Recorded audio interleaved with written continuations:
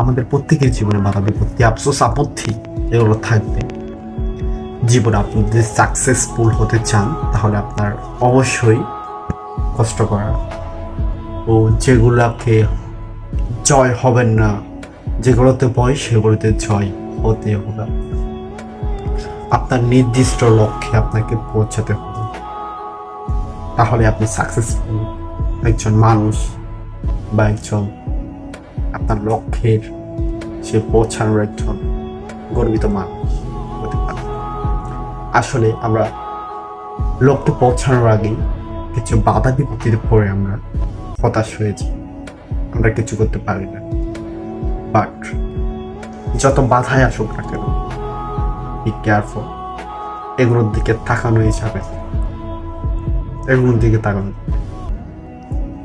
আপনার একটা ডায়লগ থাকতেই হবে, যেখানে